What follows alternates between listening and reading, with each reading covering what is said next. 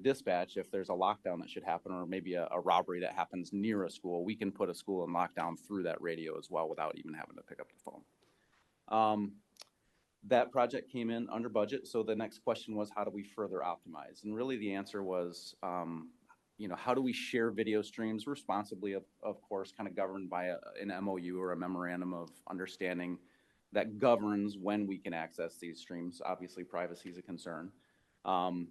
But the answer was to share video streams. And until recently, the technology to do that really didn't exist. It was always going to be very expensive to try to do that, or you'd have to have VPN access, security was a concern. You'd have a unique login. It was a really clunky solution.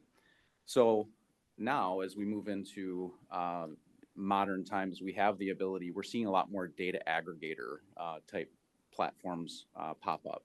And so we're using a program called Fusus. It's an Axon product, same company as our tasers and body cams. That actually gives us the ability to speak with any camera vendor that's out there, essentially. So we can talk to a Salient system or a Milestones or a Genetec without any username, password, or VPN. So what we've done essentially is taken that ARPA program with school radios, we've scaled it to video streams with schools, and we're currently in 11 of the 20 public school districts in Kent County and hoping to roll out through the rest of the municipal districts here shortly. Private schools are included in that. Now, how does that, you can probably make the leap then how this scales to partnering with the community for shared cameras and infrastructure with municipalities. So really this does just become a much bigger ecosystem. And you heard Lance the bearded guy, talking about being able to have information before we arrive on scene is critical. So this is part of a bigger effort to give a more complete picture of the emergency response. So what we'll have very shortly is live 911 call monitoring right in the cruisers. So rather than a call coming into a 911 call taker who interprets that call, who sends it over to a dispatcher, who sends it to an officer, and now the officer gets the information on the radio and on their screen, an officer would be able to, they'll get a notification on their computer, there's a 911 call coming from your geolocation or within a radius of your car. Do you want to listen? They can jump right in. It skips all those steps. And now the officer can say, hey, is there any shared infrastructure? Maybe it's a situation where someone is fleeing a scene. Oh, there's a county park right there. We've got cameras there. Let's see if the vehicle goes by. Now I can take my cruiser and deploy to a much more precise location to try to intervene in whatever that appropriate response would be. Now you'll see, you've probably heard the term real-time crime center. Like, that's an emerging term in law enforcement around the country. And there are varying philosophies around real-time crime, kind of how it's deployed and how it's used. We are a very response-based system. So this is not a system that we are using as proactive virtual patrols. It's not surveillance. It is a response-based system. And one of the things that I'll tease out for you, as we've gone through some of that already, are a couple of things. Number one, cost. So to share cameras with us costs the partner or the donor location nothing. It does require a small piece of hardware, and that hardware is what actually encrypts the stream and sends it to the cloud where we can kind of go up and grab it. Happy to say that that Fusus clears all of the IT infrastructure hurdles that both education and medical, which I would say are two of the higher standards, higher bars to clear. So the schools have done their own rigorous tests of the system, everyone a little bit different. But again, we're in 11 of the 20 districts, so they all eventually do sign off. And we love actually the scrutiny that the system has withstood. Security, we just talked about. Audit. So you mentioned, or the video mentions the audit log. Every click is recorded. User, IP address, the number of seconds they're in a piece of technology, and the location that they were at when they made that click. We'll demonstrate that for you here shortly, and I'm going to cruise through the rest of these slides so you can actually see what it looks like in real time. Control. This is As you might imagine, it's a trust we have to earn every single day.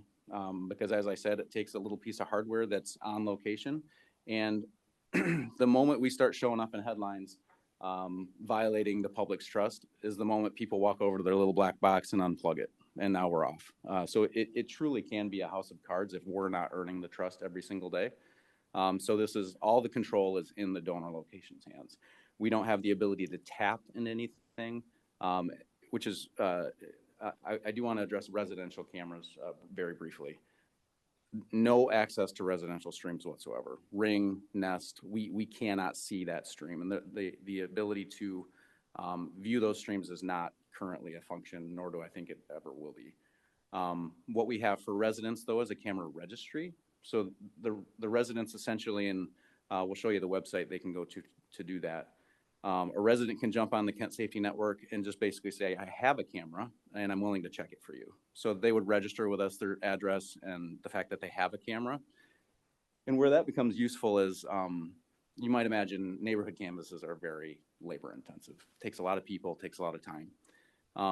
If we can get good engagement on the residential side, what we will be able to do is have a call for service, and then essentially on our map, we would see which residents have cameras. We can draw a big balloon around those, and then we can send a batch text message right to those residents. Hey, hey, you had some larcenies from a motor vehicle in your neighborhood last night.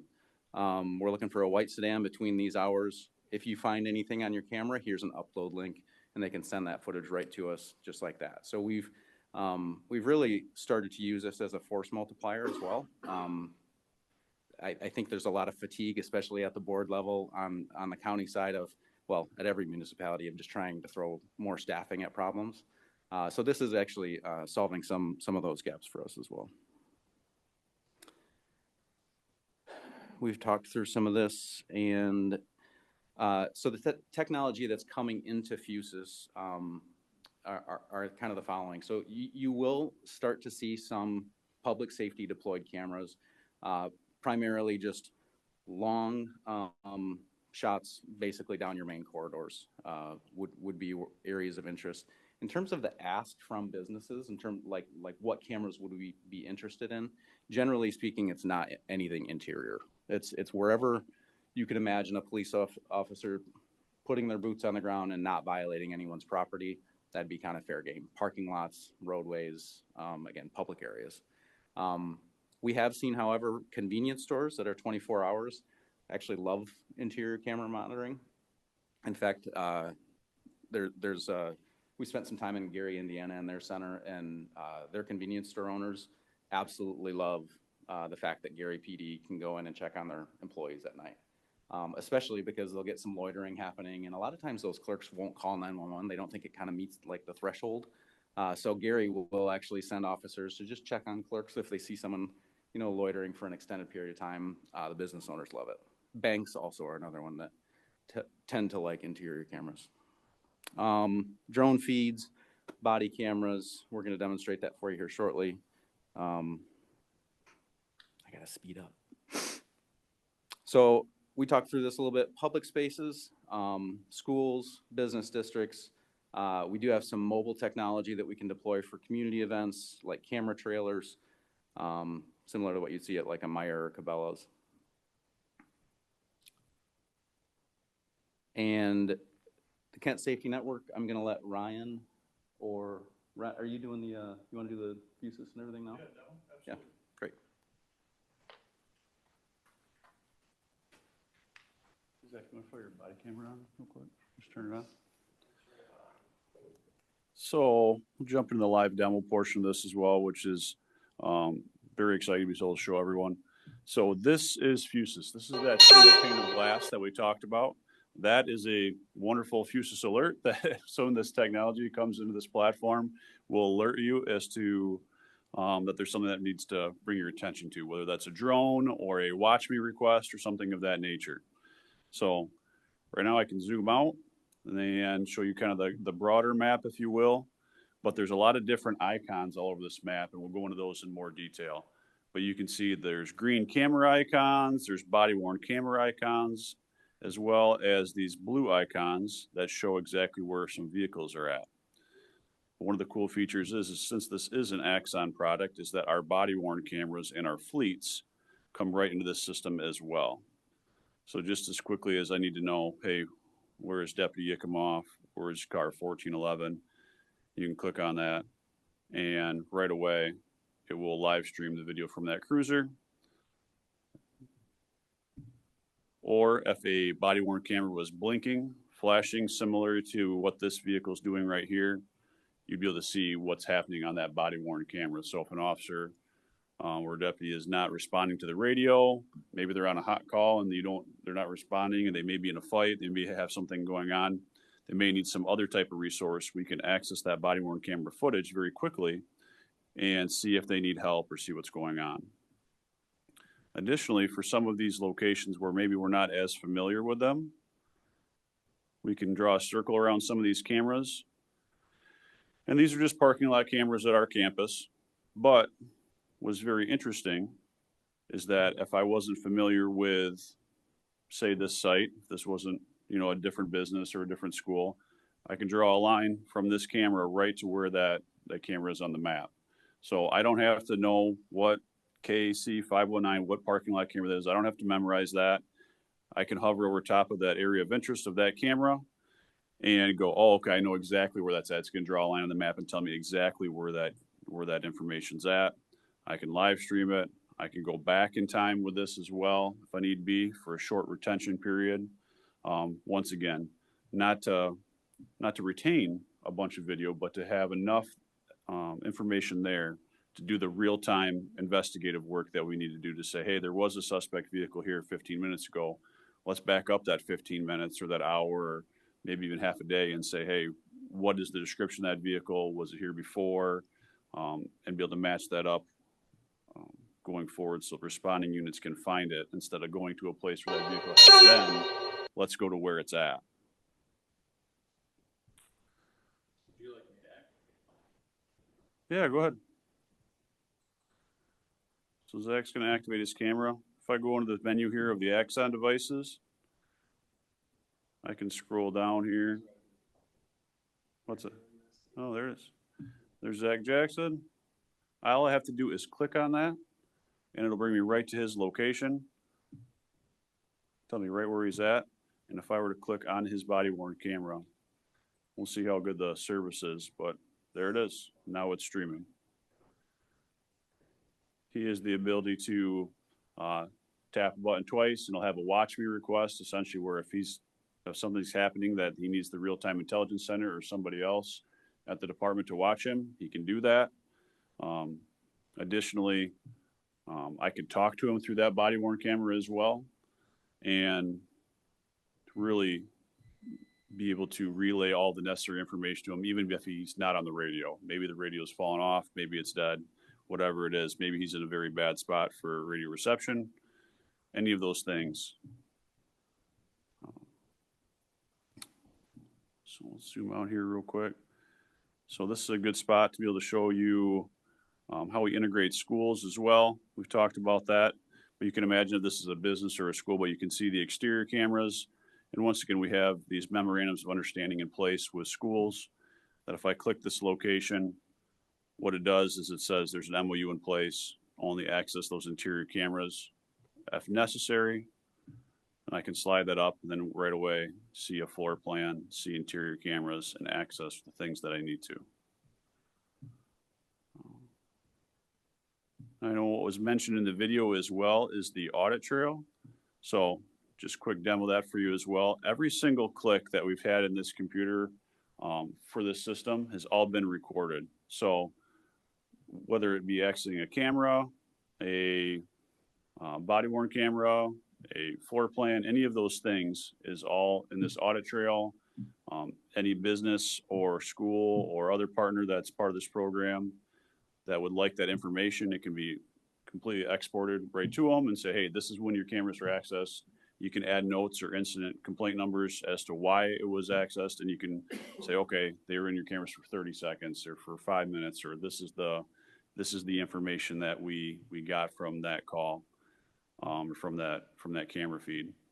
And then it should be noted that while we have a limited retention, We're not the owners of that video. Still would have to go back to that business or that school with a search warrant for any really historical video that we would need for evidence. This is meant to be just that responsive, real-time investigative tool to get responding deputies, responding officers the information they need immediately so we can solve the problem. We'll show you one other thing, because what else this system can do, we talk about all the different things that can tie in, but it also can tie in our drones as well. So what Ryan's going to demonstrate next is the Drone as First Responder program. We have currently 3 drone docks deployed around the county. We are taking delivery on 4 more, probably by the end of summer. And these are climate-controlled docks that actually sit on top of a rooftop, and they can be deployed to any call for service. So you'll see this map will be populated by not just body cameras, but also active calls for service. And what he's showing you here is the Cutlerville Fire dock that's active. We've had tremendous success tracking virtual on-scene time. As you know, we try to track about a sub 11-minute priority 1 response time, and in our contracted townships, we tend to meet that threshold. However, now we're able to track getting on scene with a drone, and I'm not going to put a percentage on it, a vast majority of the calls that the drone deploys on, they beat the responding patrol officers to the call and are able to provide actionable intelligence. So that's already an alert in Fusus that I'll show you in a second, that it is populating. It's saying, hey, there's a drone about to be launched.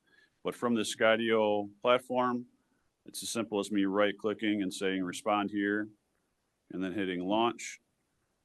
Now that could be a call for service. It could be somebody's body-worn camera. It could be a vehicle. But I hit launch. Close this pane here. Now it's automatically taking off. Going to spin to the heading that it needs. Raise up to the 200 feet above ground level that we're allowed to fly via the FAA regulations, via the waiver we've obtained from them.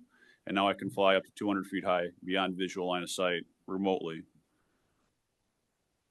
So we do implement some best practices with the DFR drones, specifically like camera on the horizon. You'll notice as he's flying to the scene, the camera is up on the horizon. It's not looking down in backyards. We use a minimal retention period on this footage. We're also going to deploy very shortly. I think after our 3rd dock is live, we'll deploy our public dashboard that will show where each drone flight actually happened. So once he actually arrives on scene, then he can go camera down to try to identify what's happening. This technology has come a long way. In the older technology looked like this, where we were sort of forced to look for what was happening on the ground in this vast sea of foliage, you know, as we're fortunate to have here in Michigan. But do you have the other? Yeah, there you go. So you see, as soon as he points down, it actually gives an augmented reality overlay of the terrain, which includes address numbers and streets. So you can imagine how much easier it is now to say to a responding officer, I see your missing person. He's right there at Union and Union Court, or whatever the case may be. So much more efficient use of the technology. Yep. And even at night, that overlay is still there, even in the thermal mode, which is huge, because once again, you think about trying to describe 2 streets during the day. It's even more difficult at night. It's, hey, they just ran, I think, north from the intersection of 2 streets I don't know the name of. But now those days are in the past. So this has come a long, long way since we first started with drones. Highly intelligent sensors that are on these for awareness of the environment around them. You can see the little battery at the top there that'll actually return itself back to the dock on its own when it's reached its limit on battery. Once the green is gone, it's to that yellow section. That yellow is what it's reserving to return home. Or I can hit return and land and dock, and it will fly itself directly back to the dock and land itself in. While it's doing that, I can hop over to Fusus, and it should be noted that we've trained, while this is available in our real-time intelligence center and in dispatch, we've also trained, you know, every single person in our department, every deputy, detective, command staff on this system.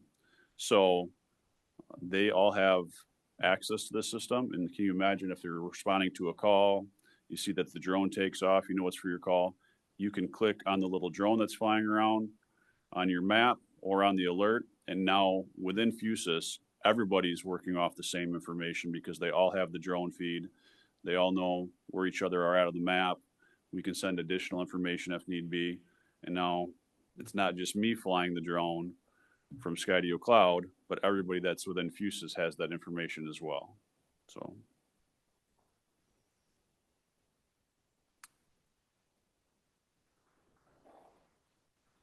You'll get a pretty decent look at the dock here in just a second. Yeah, you can see in this left-hand corner here, you can see the docks opening up. It'll be right there in the center of your screen there.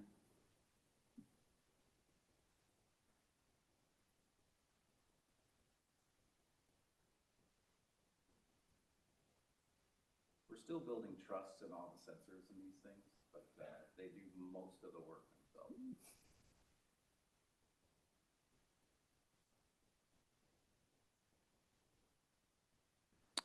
There is part of me that cheers every time it lands in there correctly. So. But then you'll see the lid, it'll close up. It'll center itself. There's two little slides that move in and make sure the drone's centered. And there's some prongs that go up into the battery and charges it up and makes it ready for the next deployment. So.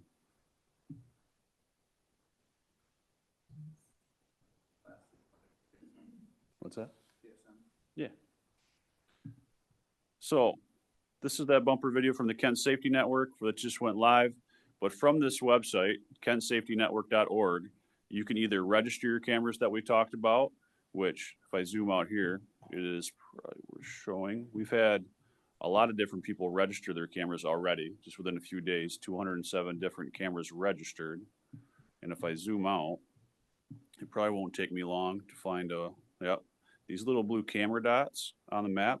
Those are registered cameras, so we're hoping the map will become very cluttered with those over time, so that if we have that incident and it's very clear, you no longer have to necessarily canvass an area. You can do it virtually and say, hey, these residents have cameras. Let's send them a message. Maybe they're at work, maybe they're sleeping, but maybe they'll get this alert and they can help us find that, find out what that suspect vehicle is or where the missing person walked through their backyard and get some of that information very quickly. But that's the camera registry. Then you can see we also have 2,200 integrated cameras, whether it be through businesses or schools or other entities. But from this landing page, you can either click camera registration if you're a homeowner, or if you're a business, very easily. You go there, hit get started, and it will bring you to a very easy smart sheet here. You fill out all the pertinent information. And once you hit submit, that information goes to Fusus, to our Connect rep, and simultaneously will message us as well, so we can get that information. And within a day or two, I mean, it'll come right to me, and we will very quickly make contact with that business, figure out what system they have, how many cameras they have, and then work with them to implement this as a core light. This is just this little black box that piggybacks on their system. It's not a new system. They don't need new cameras, anything like that. What it does, their claim to fame is it just talks to all these different camera systems very well. So we haven't run into a camera system yet that it hasn't been able to integrate with. And we're getting pretty good at getting them plugged into these other networks. So, but yeah, we try to make it very simple, and it's as simple as that. Go to kentsafetynetwork.org, camera integration, go ahead and get started. It does have all the frequently asked questions there. Try to make it very simple. So we went way longer than we planned, but so yeah, essentially, the last thing I'm going to say is there are essentially two paths for a business, right? There is the free version, which we discussed, that was no cost. It's we provide the hardware. The cameras are now shared into Fusus, and they can be used in an emergency response. The second path, actually, there is a paid option if businesses were interested. And we found with our school districts, is it all 11 that have done the paid option? Yeah, we haven't had anybody go for it. Yeah, so it's a significant upgrade to many camera systems, because you actually, what you saw in Fusus there, the black map with all the camera icons that are nicely annotated around a layout, like a floor plan, A business can have that. They can have their own instance of Fusus. For the smaller device, so this would be about 5 camera streams. Is it $200 a month or $200 a year? $200 a year. They can have Fusus with 5 camera streams, and I believe it's $600 a year for up to 50. So not a huge expense, and for the camera owner that doesn't have a VPN or remote or cloud access to their own camera system, this automatically turns their or their system into a cloud-based system. So significant upgrade for actually a pretty nominal fee as far as like camera systems go price-wise. They're usually very expensive. So that would be the only consideration for a paid option, would be that, and we can actually provide pricing on that. Maybe I'll get that some pricing information. You can pass that to you guys. Any questions we can answer? Oh, that's a problem. Yeah, so generally speaking, that would take a system offline. It does require an internet connection. And then as you show the map of all the different dots everywhere, is there somebody at dispatch watching it, or do deputies have that access to their cars? I mean, who's controlling it? I mean, your eyes are supposed to be everywhere, and yet somebody is focused on the camera and the logics of the community and so forth. I mean, it almost seems like, I don't want to say that you're employing more deputies or whatever to monitor all this. Yeah. There's got to be something. There's got to be. Yeah. No, great. It's a great point. So a couple things. One, we do actually have a room that we now call the Real-Time Intelligence Center that's staffed by these guys behind me and then some additional analysts as well. So they will be tasked with monitoring the radio, and we actually have some pretty exciting AI technology that's going to be used to prompt people to basically get eyes on a call. It'll essentially key off of words used in a 911 call. And it will send alerts to say, hey, get eyes on this call, or whatever. I'm going to close Fusus so we don't get that. Additionally, one of the things that we see around the country is even a little bit of a de-emphasis on the room itself, because what a lot of agencies see is that, hey, there's a hot call happening in Gaines Township, so the officers who are quiet in Plainfield Township, they can jump on their in-car computers and they can kind of start running real-time operations from their cruisers for their partners down on the south end. So it's a little bit of a hybrid. Question from my side of fully in support of this. My business is at a location where you guys have been pretty amazing to come on scene to help us out in the situation. Is there an opportunity for business owners to partner with you guys? We have a disproportionate amount of calls to this area, but we have kind of blind spots.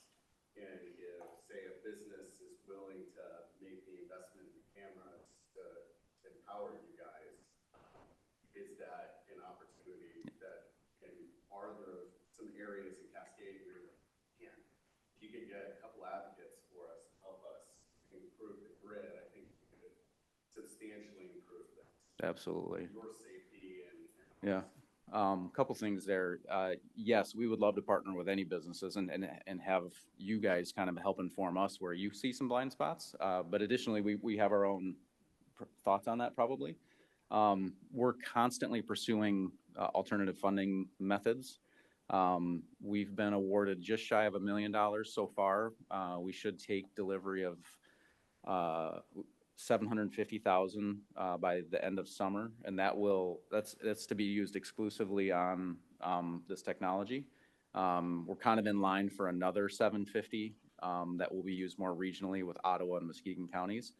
So we will have some resources to deploy hardware, but partnering with businesses at the same time would be great.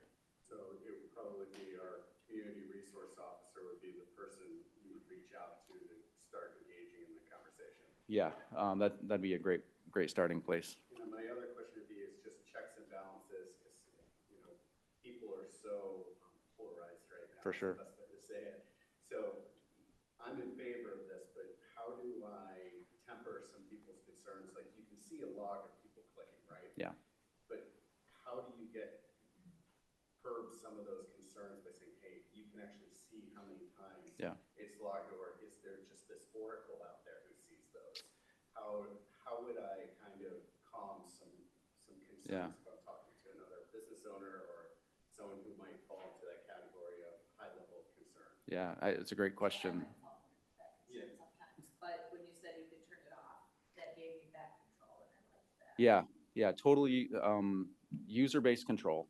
So we don't have the control again to tap anything, but you know, it's been an interesting journey for we've been building this for it'll be 2 years this fall. And so what's unique about how this is being deployed in Kent County is that we actually are deploying it for every municipality. To every municipal police officer in the county will have access to this, not just county. So what makes that unique is if I'm in Atlanta, I have to go to Atlanta's board and, you know, essentially obtain buy-in with their one board and not in our operational. And we've actually been in front of 11 of the municipal boards around the entire county. And everybody's in support. We've actually had no public detractors. We've had hard conversations, but no public detractors of the program. And I think one of the things that that speaks to that is you know, just the guardrails that we have in place, that it's a response-based system, is huge, that we're not using it for proactive virtual patrols. I think that can be a controversial practice that we're not engaged in. Secondly, that audit trail, we encourage every single donor to ask us, to keep us accountable, to say, to call me up and say, Joel, hey, can you check my cameras for the last 30 days in your audit trail and see how many times you guys were in my cameras? You guys And have we- to provide yeah. that report. And we would provide that report. Yep. So that's kind of one of the accountability measures that we have in place. Additionally, you know, to those that would call this Big Brother, you know, we say Big Brother's built in the shadows and this is built in the light of day. So anyone of you are welcome to bring any number of stakeholders into the Real-Time Intelligence Center. We can sit through this demonstration and even go more in depth if you like. But there's really not a part of this that we're, you know, kind of keeping secret. But it's been an interesting dance because the political right has a reason to hate this and the political left has a reason to hate this, right? So it's understanding the concerns of both and kind of building the guardrails to kind of keep this thing right down the middle. Just some context for the board, we had an incident in the back of our bakery that an officer was dealing with a very challenging situation and then called officer in distress, and all the municipalities came on scene. But imagine one officer was being surrounded, two officers surrounded by an escalating situation of several people, and we're outnumbered and we're trying to keep the situation in check. And it took a response time of X amount of time, and they were coming in blind because the officer could not communicate with what was going on scene. Yeah. So I think of safety situations like these, as we talk about things, we do have these incidents in our township. It feels at times in Cascade that we're in this protective bubble, but there are, as I've shed light, my experience is those incidents are happening here. We do actually have the honor of having the owner of the Red Roof here too, Sahil. I'm not sure if you guys have had an opportunity to meet, but he's been very receptive to the information we presented to him as well. Right. Was interested in the meeting today, so I invited him to attend. Great. One last real Yeah. quick question. So, and you were talking about funding, and I can see 2 years, 3 years down the road, whatever the case may be, drones need to be replaced, technology is going to need to be upgraded, all this kind of stuff. How does the county plan on funding this for the future? Because it looks like this is where the future's going. Yeah, great question. So specifically on the drone technology, we do with our vendor have refresh technology built into our contract. So the drones we're kind of okay on because every 5 years essentially those will get replaced, and we pay for those replacements up front, or I should say we commit to paying for the replacements up front. So it's a known line item that we budget for. In terms of camera infrastructure, one of the things that's interesting about that I found interesting about the public safety cameras is, you know, initially you think, well, the police deploy cameras, that's again, the surveillance state, you know, technology thing. And what cities around the country are actually finding is that people are changing up their recreational routes to include areas that are, that have cameras because they feel safer. It's completely contrary to what you might think. So there will be some public safety cameras deployed. The usable life on those is quite long, and the quality of the cameras stream is usable. I mean, and they're not terribly expensive. So I think we are starting to build in small line item budgets for camera replacement every year, I guess is the long answer to your question.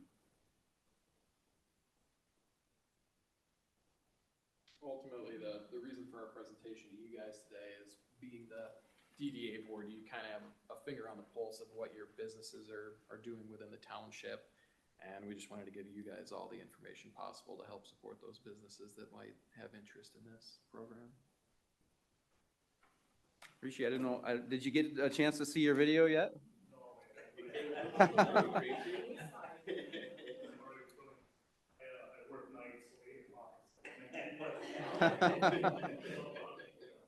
Yeah.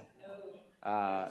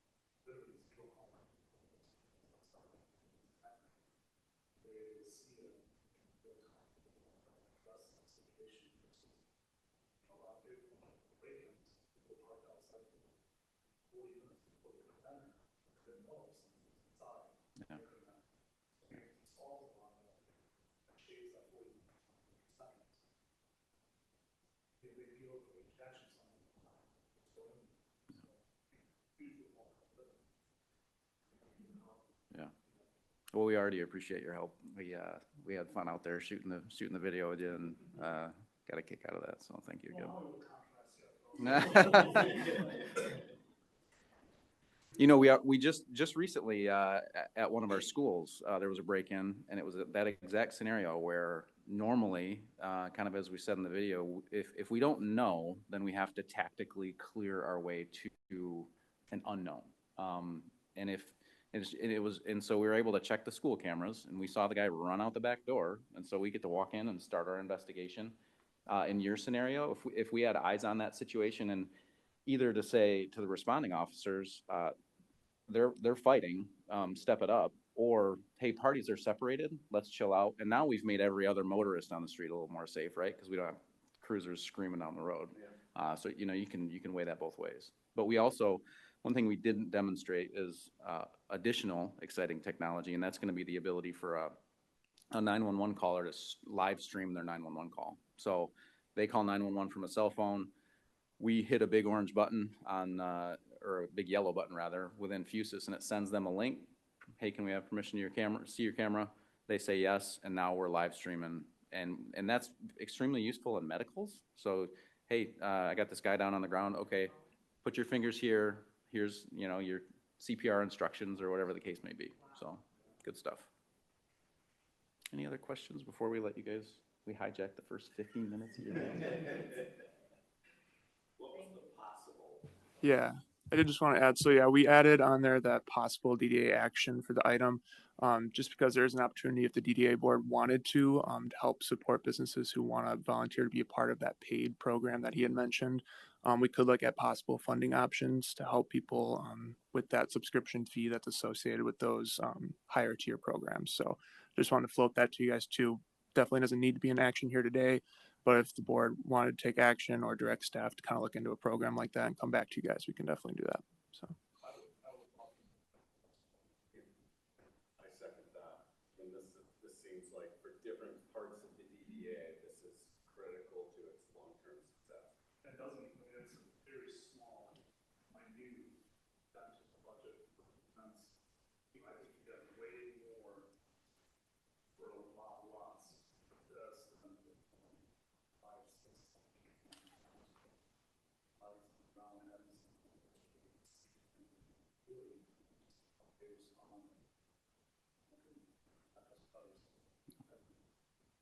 I think even more than providing funding though, if we would put together some type of a meeting and invite all of the business owners to see exactly what we just saw, you might get way bigger buy-in. I don't think that $200 a year is gonna be a deterrent for most, but they're gonna wanna understand it, they're gonna wanna know what it is. Yeah, the offers on the table, we will come back as many times as necessary. Happy to do it.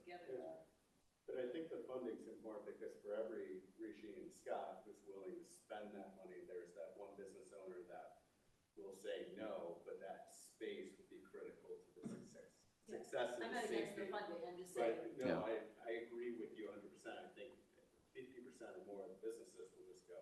That's a pretty low investment for a lot of upside. Yeah, thank you guys very much.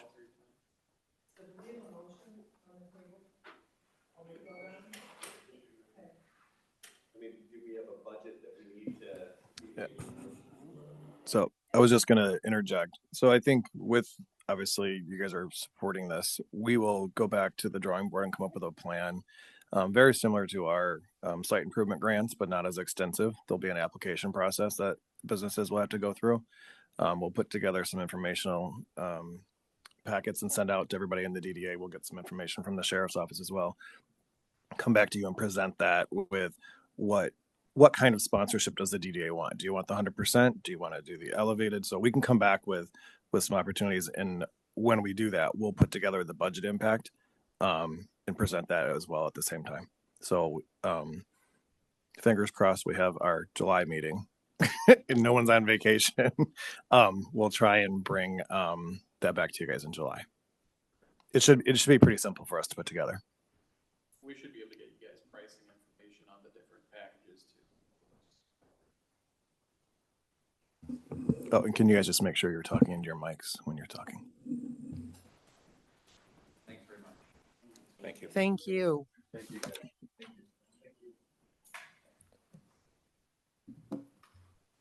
Okay, we can move on to Article 5, which is the 2026 Metro Cruise sponsorship proposal. Yeah, we have Brandon Simmons here from Metro Cruise. If you want to come up and kind of say some words on the sponsorship proposal for 2026. Good morning, DDA board. Good morning, Ryan and Jay. Thank you guys for hosting us again. The packet I'm going through, Ryan, was it on, you pulling it up on the screen for him, or is it there? Oh, yep, I can. It should be in your packets if you guys have access to. Yep, so that's what I'm going through. Since you've already seen it, I won't read. It's just a basic, quick proposal. Since all of you, I think, have been on the board last year, I recognize all of the things, so won't go through the history of it too much. But yeah, we just need a little bit of support to have the events in Cascade again this year. So as you see there, second paragraph, we can hope to host 4 events in the Cascade DDA. They're all the DDA this year. As they were last year. The biggest one starting, which kicks off the big Metro Cruise weekend, is the warm-up. It's officially called the Cascade Metro Cruise warm-up. This is I think it's on its 15-year running event. You guys have supported this event, or other parts of the township has since the very beginning. So nothing really new here. This is the big one that's in front of, what was Fowling Warehouse, the Thursday evening before the Metro Cruise weekend. And then our newest edition, which you guys have seen, we started these in 2022, I think it launched, is our Metro Cruise pit stops. These are the ones that are on Metro Cruise weekend, so they're Saturday of Metro Cruise, as you see, all 10 to 3 p.m.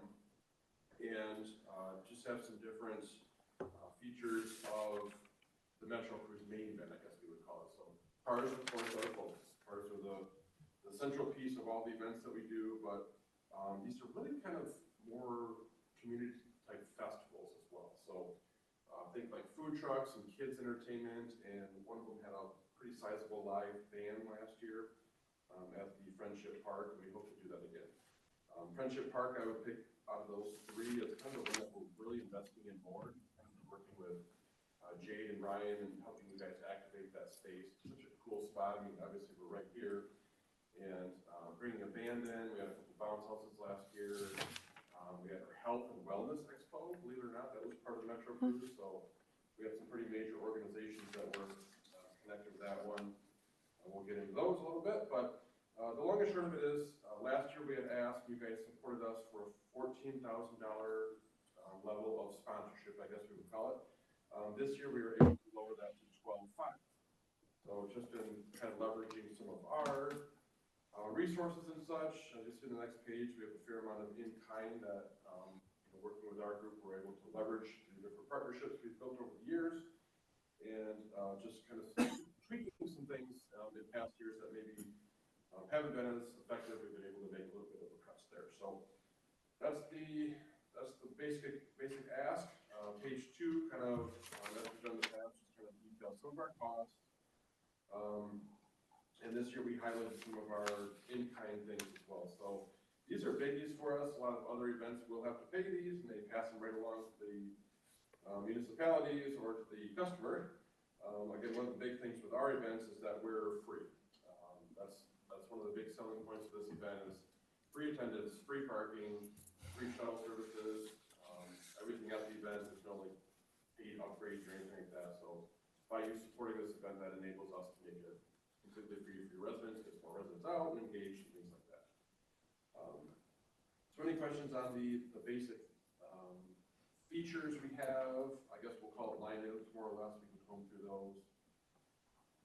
Going into the benefits and such, you see the picture at the bottom of page 2, Fox 17 was right here last year at this building, other side of the building, doing some of our live interviews. So they actually did a number of segments. They did live news on 6, 7, 8 a.m. news Thursday morning, and then those were recorded segments, which were also shown at the noon, lunch hour, and we had other news involved as well. But last year was the 20th anniversary by the year of Metro Cruise, so we really leveraged that with the media. Media always asks us, what's new, what's exciting, and last year we were able to say, oh, it's our 20th anniversary. We kind of use that to beef up the programming and things like that. And we really leveraged that to promote Cascade events. So when they asked us, where do you want us stationed, Fox 17 wanted to do this news segment, live and recorded segments with us, and we thought, what better place than right for the KDL Cascade Library. That was the morning of the Cascades Metro Cruise warm-up event, obviously right down the road there in front of the Powell Warehouse. So lots of news media comes with this. Again, those are some things you can't buy. I mean, for major media to be, as you see on there, listed as an in-kind, completely free thing is usually not possible to get, or else you're paying some pretty big dollars to get major media to do positive news segments within your city or township. So next page, page 3, Cascade Activation Package. This is more or less our rubric for sponsored benefits, I guess we would call it, that we've used, I want to say at least the past 2 years with you guys. So the biggies are kind of at the top there, the sponsor naming rights. All these things that we have in Cascade have your name tied to it. And because of the sponsorship, we're able to do that. So again, the Cascades Metro Cruise Warm-Up, 15-year running event, has your name and DDA logo actually built right onto it. That's denoted on our lots of different ways. Digital media, printed media, so signage on site, banners, announcements from stage, different things like that, all mentioning the Cascade DDA support. And again, at the pit stops as well, your DDA logo is built into this, and the Cascade verbiage as well. Next thing, as I kind of briefly touched on, about printed media, we do a ton of it. Vinyl banner displays throughout all of our event sites. Even the week leading up to it, we put banners in the parking lots and near the roadway as close as we can. Our official program alone has now 12,000 distributions. This is digital and printed version. This stays up on our website year-round. You have a major presence in that, just being naming rights for all of the events and different logos, uses, and things like that. I won't go through all these, but again, major media, we mentioned that. Mobile digital ads on our website. Merch logoing has become a big thing, especially at the warm-up event, where as the events get bigger, merch becomes a demanded thing. Like, you guys got official t-shirts, we do have that now. And again, just another piece we can get our sponsors like you on for some exposure. It was asked, I think Ryan had mentioned, you know, what, we talked, when we talked to you guys last year, it was, well, what Cascade businesses are involved? So this is part we probably want to especially hear.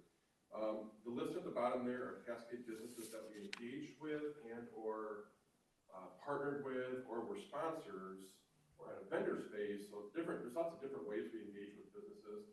And all these listed here were the ones that we engaged with last year and hope to this year. Again, this is a list that we've really been trying to develop even more, being a little bit newer to Cascade. We have a strong presence, of course, in Wyoming, but we're really stretching this list, especially the last few years, to connect with your DBA member businesses. And then the final couple pages is just some pictures of the events.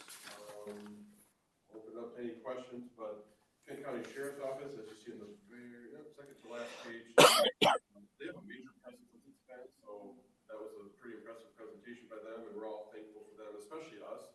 Just like you guys, we want our events to be safe, so the more they can do, the body cams and all that, we are definitely in support of too, because it only makes our events safer. So at our, if you hadn't seen before, that's a pretty cool picture at the top of that second to last page, but we have 9 different units that were out for the Kent County Sheriff's Office. And actually, I should clarify, they were with other county sheriffs that came in for the K-9 unit. So one of the special things we do at this event, it has been for many years, is a K-9 unit demonstration.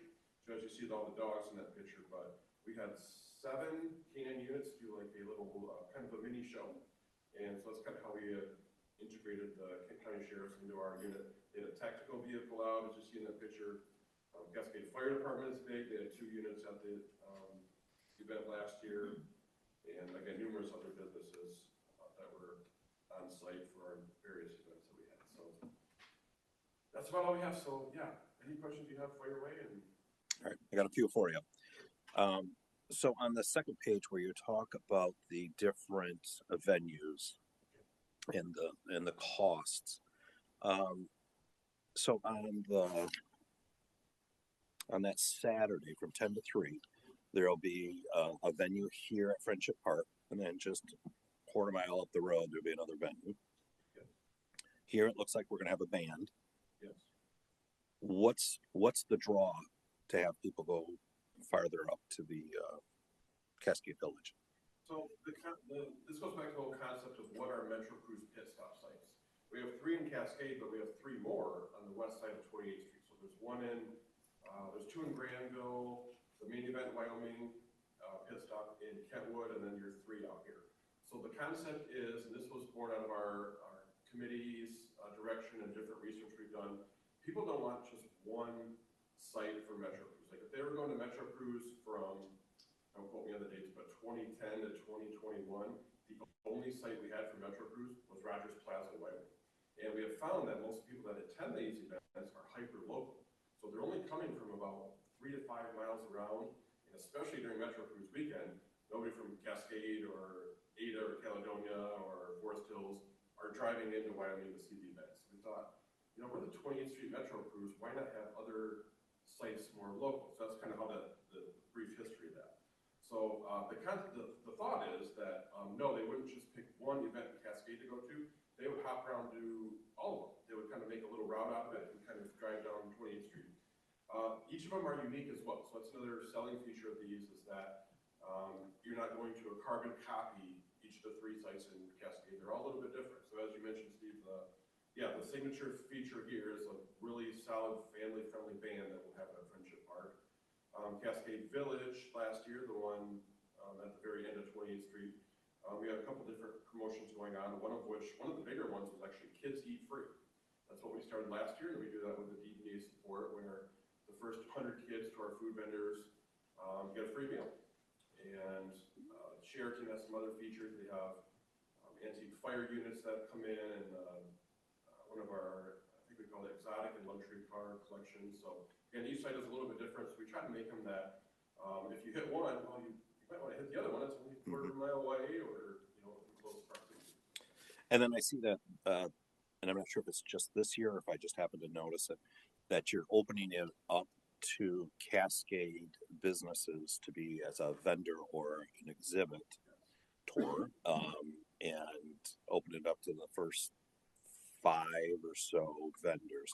How do these vendors connect to say, hey, I want to be with the first 5? Or is it just whoever shows up on property is the first 5? And now you have a reason for cameras for the sheriff's department. Yeah. That is a brand new thing, and thank you for mentioning that, because I did lose that, but that was something we wanted to add as just another benefit to your partnership that we can offer DDA member businesses. No, it would be a register beforehand. Even by now, we've already have some that are registered. So in the past, and with other non-Cascade DDA member businesses, we charge a fee as part of how we, make our other streams of income. But yes, we have, as mentioned there in the first page, usually about 5 to 8 vendor setups. It does change a bit every year as our venue changes, and some vendor setups are bigger. So some people want a 20-foot setup. Transform is a good example. They have like an inflatable piece of equipment they bring out and kind of make it part of their display.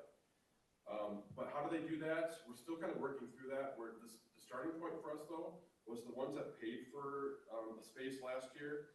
And I believe the ones right in that area would be Transform is one, they get a free space. Carva House of Beauty is right there. There's a couple other ones. We start with the ones that are in that complex already. So the ones that are tenants of Cascade Retail Center, that whole horseshoe area in that zone, we're going to start with. So they get a free, basically with this partnership, a free 10 by 10 space. If they want to upgrade, there would be a small fee, maybe, I don't even know if it's published yet, but maybe $100 as they kind of go up from there. But that's the concept, and that's a new unveiling this year that we're happy to do. So. And do you recall how many you had last year? How many total vendor setups? Yeah. I think it was, we fill up. So it was around the 7 to 8 mark. And again, probably 4 or 5 were, I want to say all of them were probably Cascade DDA member businesses, but 4 to 5 were that direct customers, the Cascade Retail Center. Okay. Yep.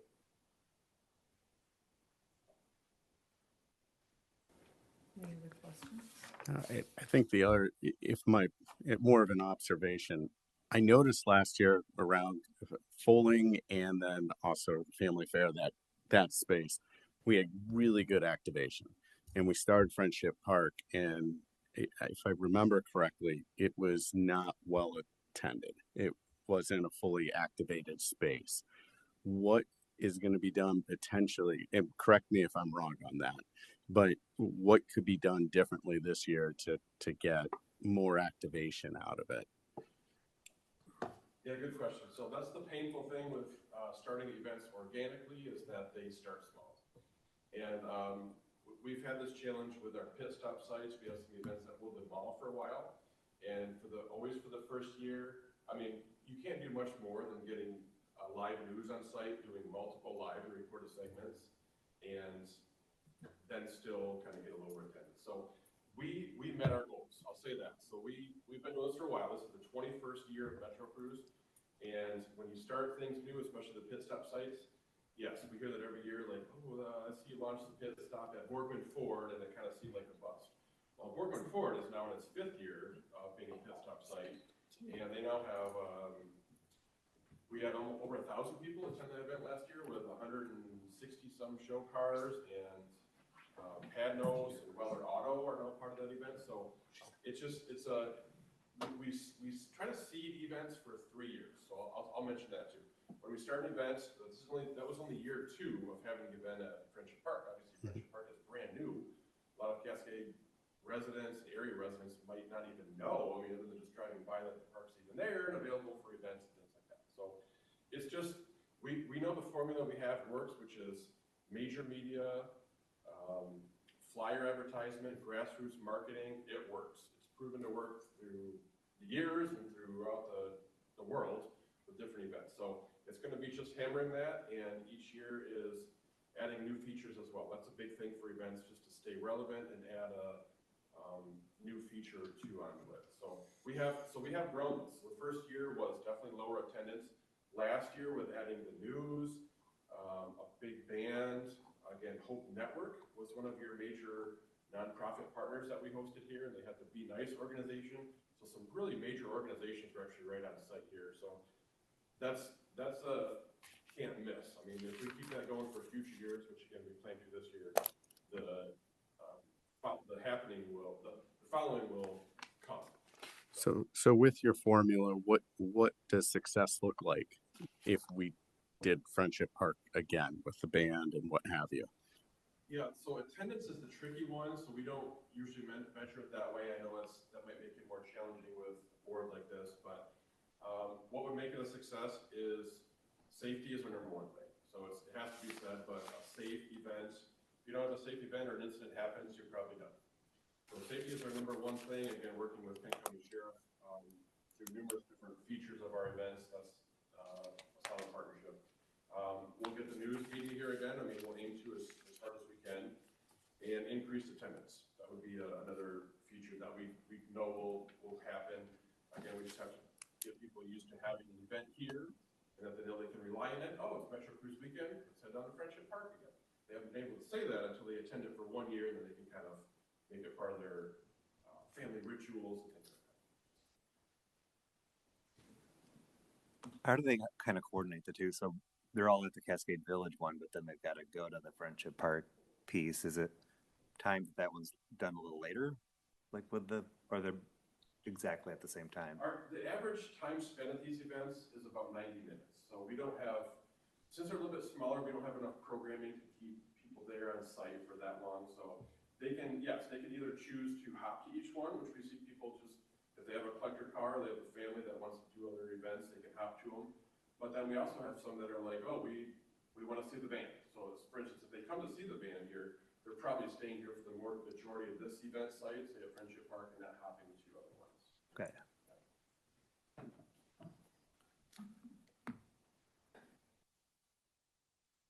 One thought for Ryan and or for the Parks Department, might it make sense as we talk about the park improvements to maybe have a 10 by 10 booth to get more exposure again of what we're going to do down there as a possibility? Are you talking like a 10 by 10 booth for the DDA specifically set up, or are you talking? I don't know if it's from the DDA or if it'll be the township, just to, again, as we have more people that are going to be walking around there, and a lot of them are local folks from Cascade, as he said, as I talk to folks that come to the restaurant on that Saturday, they don't go down to Wyoming. They'd rather just stay in the area. Same thing with Thursday, in the sense that if people are walking around and they see the pictures of what the park may look like, again, just to engage, I guess, more. Granted, it's going to hopefully be a done deal in the sense of deciding on what it's going to look like. And as we're going to talk about the bonding here in a few minutes, I just throw that out there as a possibility. Yeah. But I know it's going to take manpower on a weekend. So yeah, we can look into if that's something that makes sense too. And I know part of the package is that we get a free setup, I believe, correct? It sure is. And we would strongly encourage this. I mean, to be part of this event, usually on site, directly in front of people, handing them things, getting your branding out there, talking about Cascade Village. We'd love to have that. And that would be very beneficial for you guys to do if at all possible. Yeah, Dan and I can look into that a little bit more too. Okay.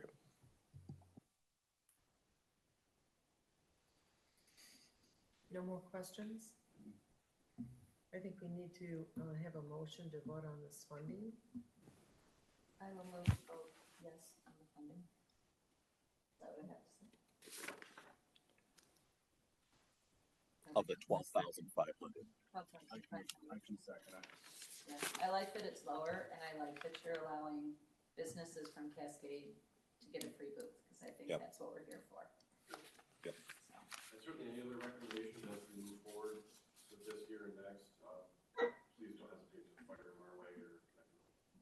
I think we just need to make sure businesses know that that's available, which we're good at. I mean, really. And the challenge is we only have a small amount though, so we only have 5 to 8 spots, so we already have 2 or 3 of them that are taken.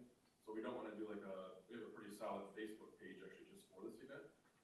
We wouldn't announce it on there because then we might get too many, so we have to kind of strategically do this. So make recommendations on how we go about that, but we will fill that for this year. Is there more room for booths on the Friendship Park part? There Sounds would like be, that's a good point. So yes, that's our thought is as we fill up that's a different day as well. So as we fill up the Thursday night warm-up event, we can say, this one is full, but hey, join us at Friendship Park or Cascade Village or, yeah, those would be options. Good point. Could we make our free spaces be based at Friendship Park to Yeah. kind of try and increase that like you were hoping? Yeah.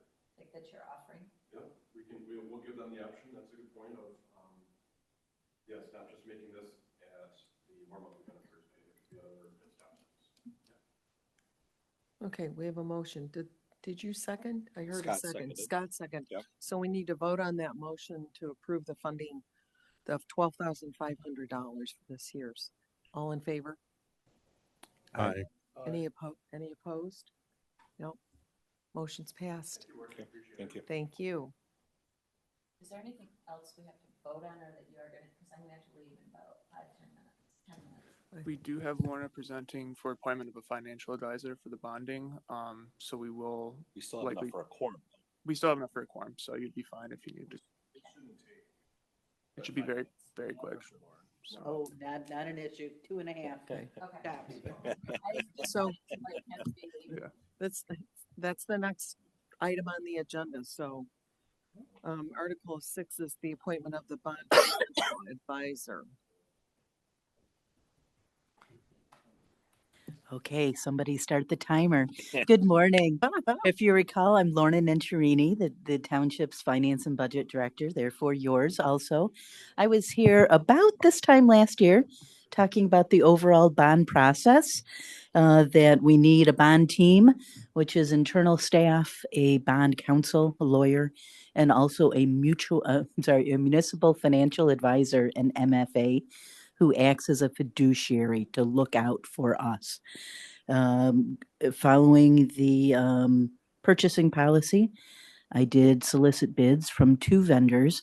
One was the vendor that helped us through our 2022 financing for the Fire Station 1. That it was a very successful issue. And another vendor that's very interested, a vendor called PFM, that submitted a couple bids. After reading the bids, clarifying a couple issues, I have no reason not to recommend going with MFCI. This profession likes a lot of initials. Going with MFCI as the low bid, and also I have confidence that they can perform the work. The township board, because this is a shared bond, already has approved this. Sorry, it is a little backwards, but this was from a meeting that didn't have a quorum, so we're coming to the DDA after the fact. All right, I will move that we accept the Board of Trustees and the staff's recommendation to use MFCI as our vendor of choice to assist us with the bonding for the park. Second that. All in favor? Aye. Any opposed? Motion's passed. Thank you. Thank you, Lorna. Nice job, Lorna.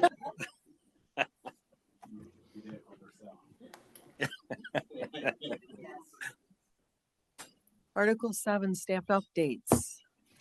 Yeah, so I'm going to start by kind of handing it over to our Parks Director, Dan, just to say a few words on some upcoming events and kind of the work the Parks Department's doing with the DDA here.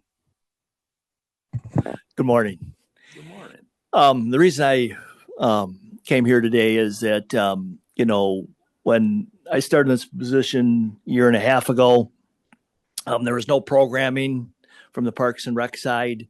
And so we're building that from the ground up. And so we continually add programming. Some things work, some things haven't, but pretty much it's been very positive. And the reason I'm here today is I'm not coming for a donation, but we try to, I've talked to businesses in the DDA or in Cascade, and, we want to use you in our events if we can. And so I just wanted to keep that in mind, that if you know a business, when we're having an event, they can always set up a booth If there's a product that they want to sell, we're always trying to work with partners in the community and promote what you do too. That's very important to us, So that's kind of the reason I'm here today. Is I'm not trying to hit you up today, but we want to use you, or if you know people, or businesses, we'd love to have them come to our events. We do have regularly probably 5 or 6 that always show up, but we're always looking for more. So I know Ryan's given you the list of our events. We have concerts coming up this summer. So, just that's why I'm here today, just to let you know that. So anybody got any questions? No, I will say thank you for, I know both Scott and I have done some things here at the library, and we utilized Culver's with some of the toys for the Easter egg hunt, which I thought was a great partnership for both of us. So I thank you for reaching out and allowing the opportunity for, again, those businesses in the DDA to participate more with the township and make it a win-win situation. Sydney, who's our coordinator, she works very hard of sending emails, going out and seeing people face to face, hand them flyers. I do too. And we think that's very important. So, but just keep us in mind if we can use you somehow. One question: do we provide canopies for businesses? I know not all of them have them, but that might make it easier for more participation. I think it depends on the event. Maybe that's a pain to set up. I don't know. Yeah. I love the idea. It does come along with you guys. Yeah, store them somewhere. Gotcha. Offering a free space for marketing is actually Yeah. Total. Yeah. Okay. Thank you. Thanks for coming. Thank you. All right, so I'll just run through the staff updates they have in your packet real quick if you have any questions. But as far as Tassel Park project, as Lauren, I kind of just updated you guys on, we're moving forward with the bonding process there now that we have the appointment of the financial advisor, and still working with Trier Group on finalizing the design concept and getting that moving. We have an educational event coming up here July 15th. We've been working with Nakatawa Bank. They're going to do a presentation here at the Wisner Center on that day. It's going to be about fraud prevention for businesses. I think it's titled The 4 Pillars of Fraud. So it'll be about an hour. They're going to provide lunch and kind of just give an opportunity for businesses and entrepreneurs in the area to learn a little bit more on how they can prevent fraud. So that's one event we're working on right now. Another thing I wanted to mention, the DDA, we're working on making a Facebook page that's dedicated strictly for the DDA. So our communications coordinator has been working on that recently. Should be rolling that out pretty soon. And so that'll be something we can use as we're trying to reach members of or people within the DDA about specific projects. So Tassel Park could be a tool for providing resources on that. Other future events or projects that come up in the future as well. So that's something we're working on. I'll get you guys more information on that once that's launched. Flower pots, if you guys have noticed, those have gone up here last week.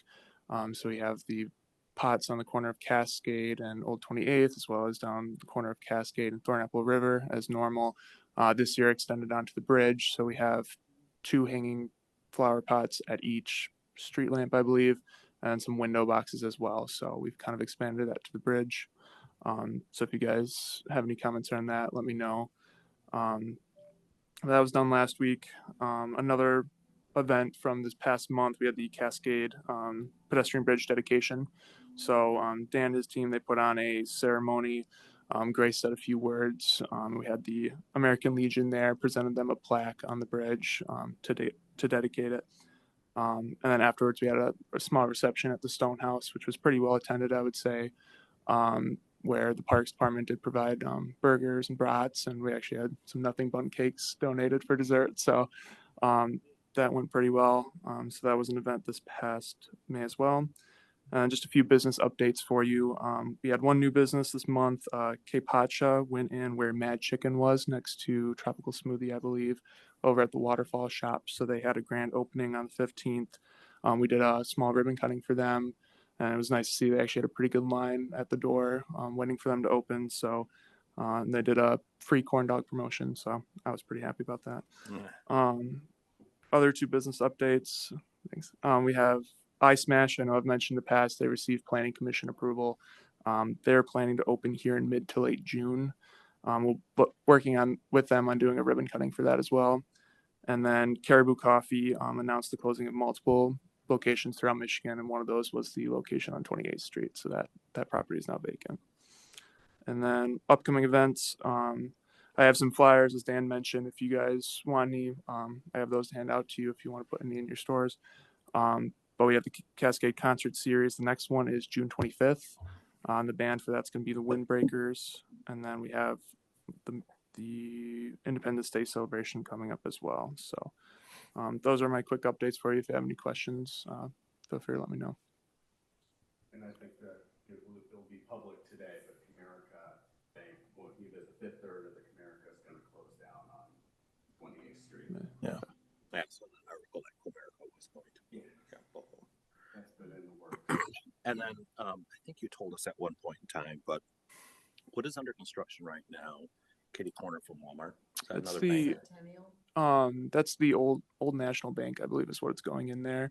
They did a lot split here last year, so they just started construction on that bank there. We're losing a bank, gaining a bank. Yep. Yeah. Yeah. Looks that way. There's still some brick and mortar banks. Do we know if they own their own dirt location, or are they leasing that space? And is it, because sometimes what banks do is they'll hold that lease and that building will be vacant for years. Yeah, I'm not sure. I don't know. We can look into that. The flowers look great on the bridge. Looks really nice. Good. I just want to add a little something too. I want to give a little kudos to Ryan and Jessica and Dan. Ryan's kind of pulling double duty. I mean, he just got promoted into this position, 6-7 months ago. Our planning department is going through a huge transformation right now, and Ryan's been playing. He's kind of been carrying a lot of that load. So we're still getting a lot done as far as DDA activities go, but he's doing a great job, and especially partnering with Dan and Jessica's kind of keeping it all together at the office. So I don't know that we always show the appreciation that we should, but I wanted to publicly say thank you to these three, because Dan's department, like he said, is new 2 years ago, and as big as our DDA is, the integration and cooperation between what he does and then what you guys do, what we do, it's everything. So it wouldn't happen without these guys. So thank you guys. So partially what I'm hearing you say is, thank goodness we canceled the last 2 meetings. Oh, there was nobody that was heartbroken that we had to cancel the meeting, other than Kristen didn't want to get up at 8:00 today. But I noticed we moved it to 8:00 and everybody was here. Something to think about for 2027. I think we all felt the urgency of the situations. Figured we better be here. Well, maybe we just go to every other month at 8:00.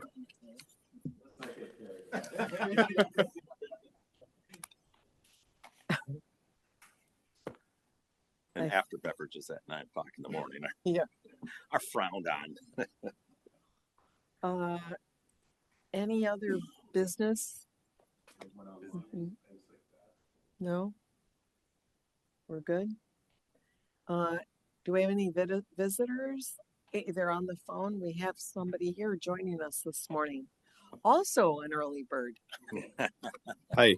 Good morning, everybody. My name is Sahil Patel. I own the Red Roof Inn, and I've been working with the Kent County Sheriff's Department on kind of cleaning up the lingering issues that were there from the previous ownership. And we've had good success, and I've been talking with them. I actually went down to their intelligence room and saw their live demo of the drone, the same things that we saw today about 2 months ago. And we want to definitely partner with the Fuchsia's program and, work on making it a better place.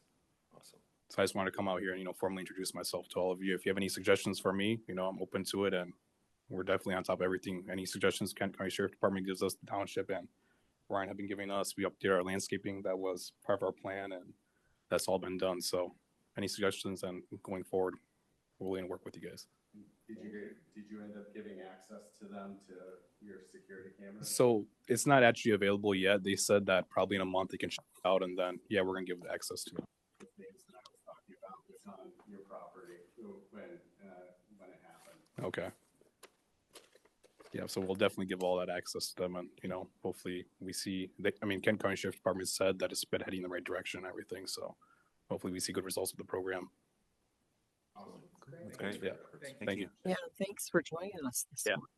Yeah, he told me like twice. Then he told me last minute the meeting's canceled. So then okay.